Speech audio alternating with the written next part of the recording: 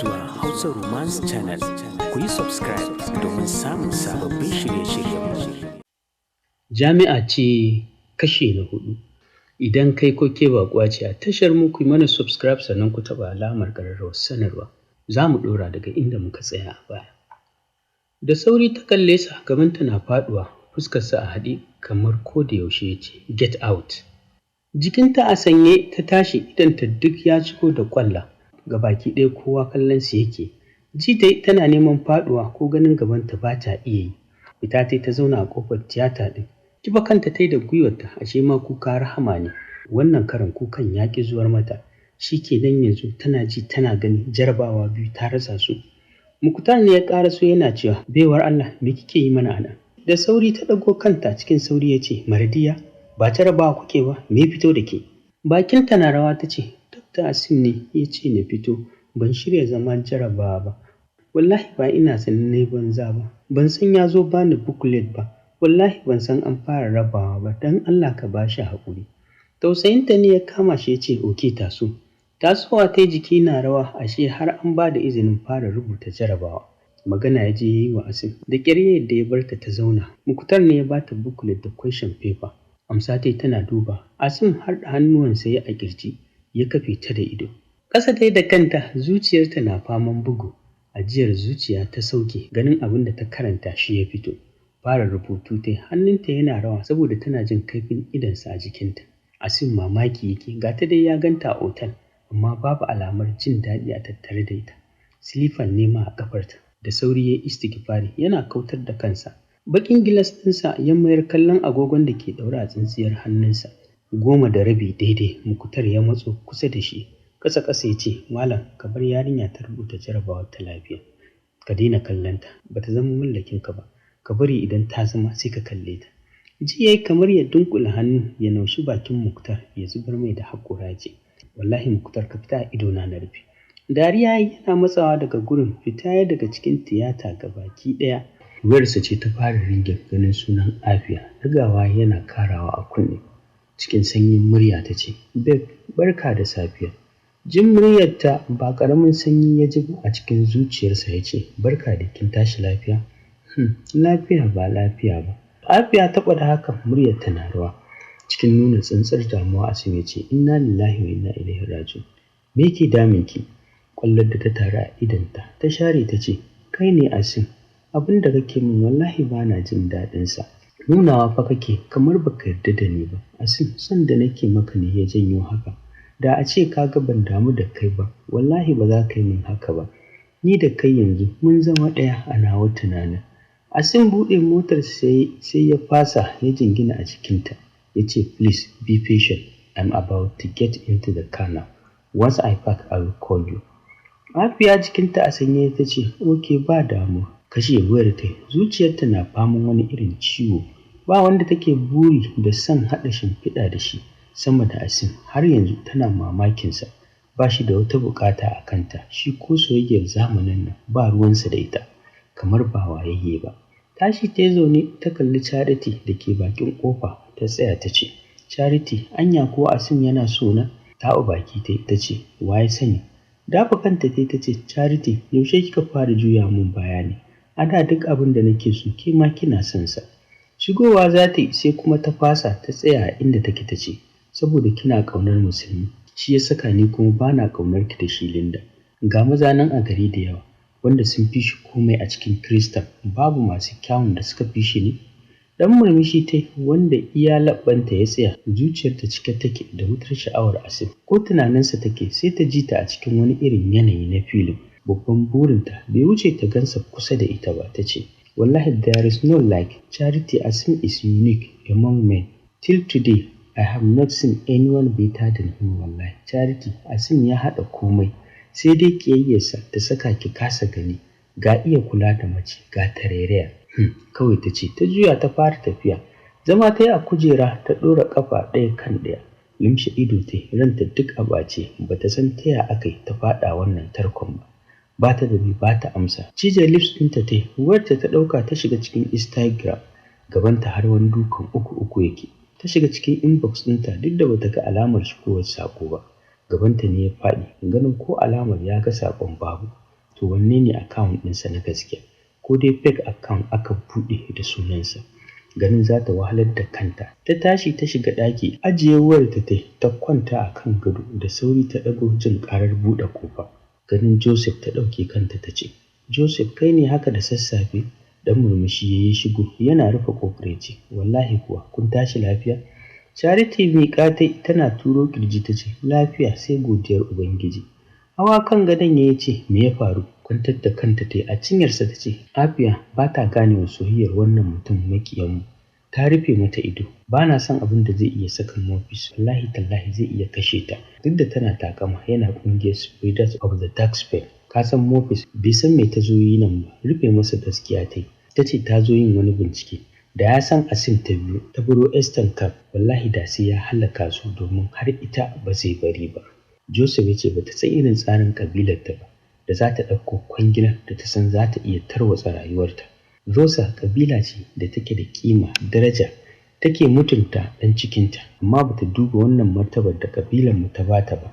Shi ne take ƙoƙarin rusa mu. Tabbas duk lokacin da Mofis ya san har canza addini saboda wani ta canza suna, ranar sai dai ta kwanan rami. Ina matan da ake kira da mata ba muna mata ba, duk wacce ta amsa sunanta ‘ya mace tana tattalin kanta da lafiyarta. Mace ‘yar gayu ce, mace ‘yar kwalliya ce, kuma aka ce mace ba ta tsufa muddin tana gyara kanta. Diwan shekarunki idan kina tattalin kanki za ki ci zamaninki sannan ki ci na wasu. Kada na cika ku da surutu, Mam Amra ta zo muku da ingantattun magunguna na mata masu kyau da inganci, musamman maganin gyaran nono da mafi akasarin mata suke damuwa da matsalarsa. To sha kuruminki ‘yar uwa, muna da sahihin maganin gyaran nono da zai dawo miki da martabarki. Duk lalacewarsa muddin kika yi amfani da magungunanmu za ki godiya. Sannan muna sayar da maganin sanyi mai kyau wanda yake kassara kowane irin sanyi na fili da na ɓoye. Akwai supplement gangariya masu kyau irin waɗanda ba su da matsala sai dai su gyara garkuwar jiki. Muna kuma sayar da turarurrukan wuta, humra, perfumes, sabulan gyaran fata, dilka, kayan gyaran jiki na amare, dahuwar kaza da ciccibi, zuma, gumba, tsumi, turaren tsugunno, miski da duk nau'in abubuwan da suke kankaro da martabar duk wata ƴa mace. Mam Amra, fatanmu shine mu ba da gudunmawa domin samun zaman lafiya a zamantakewa. Muna garin Kano amma muna tura kayanmu kowane gari cikin farashi mai sauƙi da rahusa, kuma muna ba da sari cikin girma da mutunci. Ga kaɗan daga cikin abubuwan da muke sayarwa: maganin rage tumbi, maganin gyaran nono, maganin sanyi, ƙarin ƙiba, girman hips, ƙarin ni'ima, sabulan gyaran jiki, humra, turarurrukan wuta, matsi, miski, dilka, gangariyar supplement ɗin da zai mayar da ke tauraruwar mace. Fatar ki ta yi luwai kamar kina rayuwa a Turai.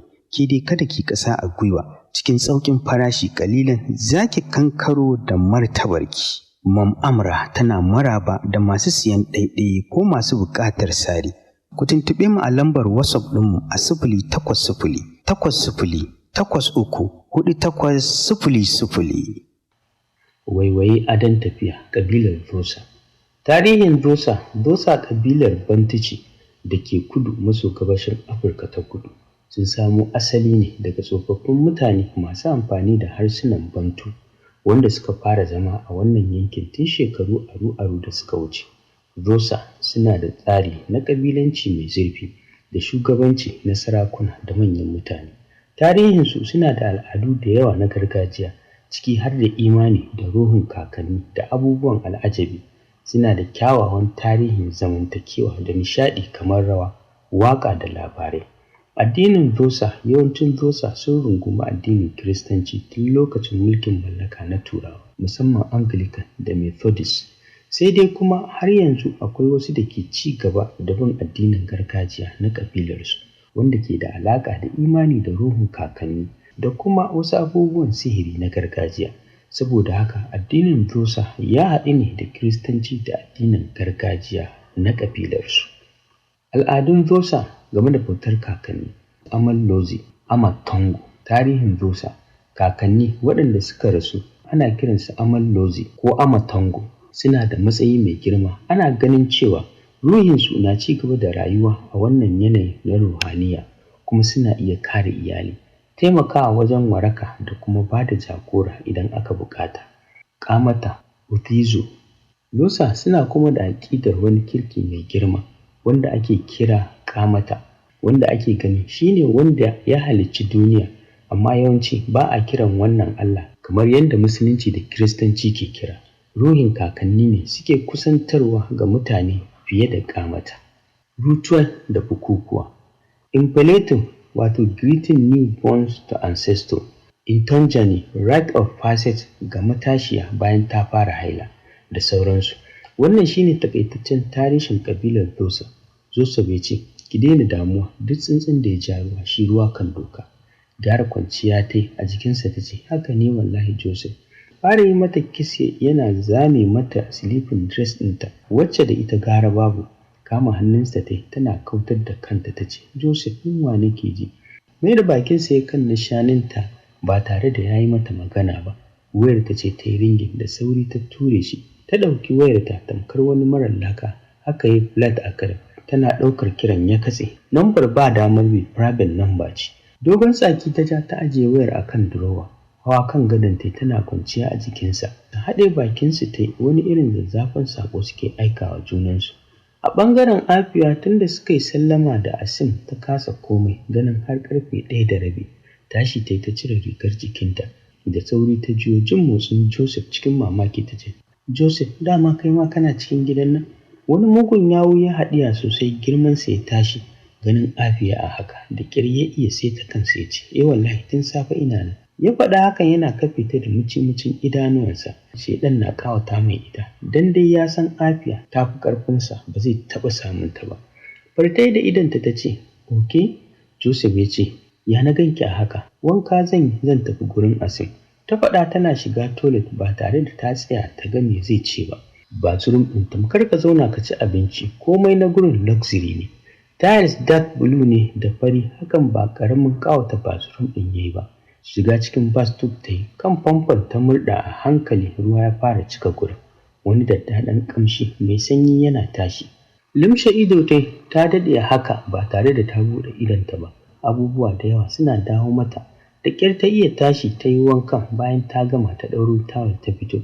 Tana tsana kanta da tawul. Zama ta yi a kan gado tana ƙwala wa Charity kira. Da sauri ta shigo tana cewa, Afiya lafiya me ya faru? Kanta ta daga sama tana kallon silin ta ce, ɗauko min kayana. To ta ce ta ƙarasa shigowa ta buɗe wardrobe a baya 'yar gidan Hal Inch ta ɗauko mata dark grey color. Buɗe ɓangaren da take ajiye inner wears ɗinta ta ɗauko mata bra da pant ta ajiye mata. Turare ta ɗauko ta feshe su da shi ta ce, shi kenan? Dan murmushi ta ce, a'a sauran ki takalmi da jaka wanda zai yi macin da wannan kayan. Oke ta faɗa ta juya inda take ajiye takalmanta. Ta buɗe ƙofar glass ce, takalma ne sun fi guda 100 a jere. Sai ka ce shagon sai da takalma ta buɗe. Ɗauko wani purple color ta da adon grey kamar dai yadda adon rigar ta yake. Dan gidan Prada Pointy Toy Hill. Ajiye mata sannan ta rufe ƙofar glass ɗin. Ta tafi ɗaya ɓangaren da jakuna suke kamar yadda tsarin takalma yake. Haka ma ta yi wa na jaka, ɗaukar wata jaka ta yi ita ma purple ce da ratsin grey color. 'Yar gidan Hamish Birki Bag. Ajiye mata ta fita, tashi Afiya tana jin kanta yana sara mata. Ko dan yau bata ji caji ba ne, shi ya saka damuwa take nufin jefa ta a wani hali. Tashi ta fara tafiya, buɗe ƙofar ta ɗauko wata roba cike da magani na ƙwaya. Zazzagawa ita kanta bata san iya adadin da ta zazzaga ba. Ta watsa a baki, ruwan da yake kan bedside lamp ta ɗauka ta kora magungunan da ta sha. Riga da wando ta fara sakawa, sannan ta saka a baya. Ta feshe jikinta da tsadaddun turaruka, mayafin rigar ta ɗaura a kanta. Kalbar ƙarin gashin da aka yi mata ta zubo gadon bayanta. Jakar ta ɗauka ta saka wayarta da kiɗinta. Takalminta ta saka mai ɗan matsakaicin tsayi. Yau fuskarta ko kwalliya bata tsaya yi mata ba. Banda lipstick da ta shafa domin ita kwalliya sai da kwanciyar hankali ake yin ta. Cikin ƙasaita irin na cikakkun matan nan masu aji da ji da kansu, haka take takunta. Kai ka ce dole aka yi mata ba son tafiyar take ba. Ko da ta fito falon ba kowa bata tsaya yi wa Charity magana ba. Ta buɗe kofar ta fita. Motarta da take harabar gidan ita ta buɗe ta shiga. Sakin kiɗa ta yi a motar a hankali tana bi ta fara tafiya. Hon ta yi mai gadi ya wangale mata gate ɗin. Ta fita a guje. Sosai take sharara gudu domin ba ta da wata buƙatar da ta wuce ta ganta a gaban Asim. A bakin gate ɗin makarantar ta tsaya aka soma cikin ɗinta. wata mota ce ta tsaya white color ƙirar Bugatti. Zuge gilas ɗin motar mamallakin motar ya.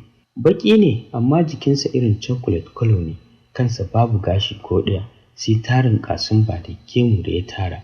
Ƙurawa Afiya ido da take tsaye ranta duk a ɓace kamar ba su saba ganin ta ba, amma duk lokacin da za ta wuce sai sun yi cikin ɗinta, sai ka ce za ta shigo da mugun abu cikin makarantar. Jikinta ne ya bata ana kallonta, ɗago ido ta yi, ko eyes suka yi da shi, ɗauke idonta ta yi, tana yi wa mai ƙara cikin ɗin motar magana ta ce, ka gama zan iya tafiya? Bai amsa mata ba sakamakon hannu da wannan mutumin ya ɗaga mai, jikinsa na rawa ce, ina zuwa shugaba ya yi kira. Taɓa baki ta yi bata ce mai komai ba, ya tafi da gudu, durƙusawa yana cewa, oga ga ni ranka ya daɗe, Allah ya ja da zamaninka. Abdulwahab ya ce, wannan irin tamu ce? Ƙasa-ƙasa ya ce, ta gurin Dr. Asim ne. Ganin tana zuwa, kuma sau tari ina ganin su tare ranka ya daɗe. Daga ganin wannan za ta yi maigo, komai gashi nan a cike dam-dam. Cikin mamaki ya ce, daman shi ma yana yi amma yake kallon mutane tara-tara, saboda shi ne babba ba mai iya tsawatar mu.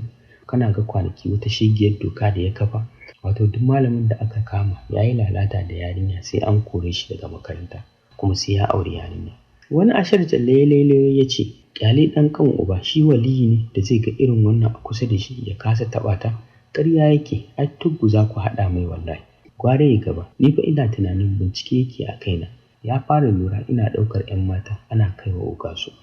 Abdulwahab ya ce, Jallo, wannan wani irin sharri ne ba mu kulla mai ba, sai ya fita. Ya iya takunsa wallahi, yadda ka san mai gani har hanji. Ita dai wannan kwantena a san yadda za a yi a kawo min ita yau na huta da ita. Domin wallahi Jallo, ganinta da ni, ji nake ina tsiyaya, dole ko don na bakanta mai rai, na fara soyayya da yarinyar nan, ya san abin da yake min na sani. Baka da damuwa yallaɓai, cewar Jallo. Kudi ya ciro daga aljihunsa ya miƙa mai, godiya ya shiga yana komawa da sauri. Kallon Afiya ya ce, kin yi babbar sa'a ranki ya daɗe, oga fa ya ƙyasa. Haɗe rai ta ji take kamar ta zabga mai mari, ɗauke kanta ta buɗe motar ta shiga da gudu ta shiga cikin makarantar, har tana neman taka Jallo. Bata tsaya a ko ina ba sai a bakin ofis ɗin Asim. Bakin ta yi, ta fito tana tafiya da ƙyar, ji ta ci karo da mutum a bakin ƙofar shigowa ofis ɗin nasa. Da sauri ta ja da baya tana ƙarewa Mardiya kallo. Yawu ta tofa mata a fuska tana matsawa gefe. Ya tsina fuska ta yi ganin takalmin kafarta da bai wuce naira 5 ba, domin irin silifas ɗin nan ne. Cikin tsawa da bala'i ta ce, ke wace irin dabba ce da ba ki lura da hanya za ki buge ni? Suhaila da ta ji wulaƙancin da ta yi Mardiya ya yi mata zafi, ta zabga wa Afiya mari kafin ta ƙara wani yunƙuri ta ƙara zabga mata hagu da dama ta ce, ke a gidanku ba koya miki sanin darajar ɗan adam ba? Ga kinan dabba a cikin jakuna kina abu na dabbobi, kin taho kina rangwada, to ba wanda zaki burge sai dabba irin ki. Asim da jin ana cin mutunci da kuma jin hayaniya da sauri ya fito, ganin abin da yake faruwa ya haɗe hannuwansa a kirjinsa. Suhaila da sauri ta juyo, gabanta na faɗuwa. Ita ko Mardiya ta kasa ko da motsi ganin irin kallon ƙasƙancin da yake jifansu da shi. Juyawa yana cewa ku shigo. Mardiya kuka ne kawai bata saka ba, idanta har ya fara kawo ƙwallon. Dama akwai famfo a gurin, wanke fuskar ta yi. Ta bi bayan su ganin yadda ofis ɗin nashi yake a share a goge. Gudun kar ya yi musu faɗa sai suka ajiye takalmansu a waje. Afiya kuwa tuni ta daɗe da shiga. Bin bayanta zama suka yi nesa da ita. Mardiya ga baki ɗaya tsoron Asim ya gama cika mata zuciya. Asim sai da ya gama shan ƙamshi sannan ya ce, me ya haɗa ku? Afiya ta ce, no sweet, kar ka damu, ba sai ka ɗauki action a kansu ba, na yafe musu. Na lura jahilci ke ɗawainiya da su, musamman ma wannan Kidahuma, ita ce babban mara hankali, bige ni ta yi. Na yi mata magana suka fara zagina, daman ba su suke mana kidnapping ɗin ɗan uwanmu ba, ba mamaki har da iyayenta a ciki, ko wani nata, saboda tsabar talauci ya yi musu yawa, da rashin sanin ciwon kai da haƙƙin ɗan adam, su dinga sace 'yan uwansu suna cewa a bada kuɗin fansa. Tur da halinku. Kasance da ni a shirinmu na gaba cikin wannan labarin naku na jami'a ce.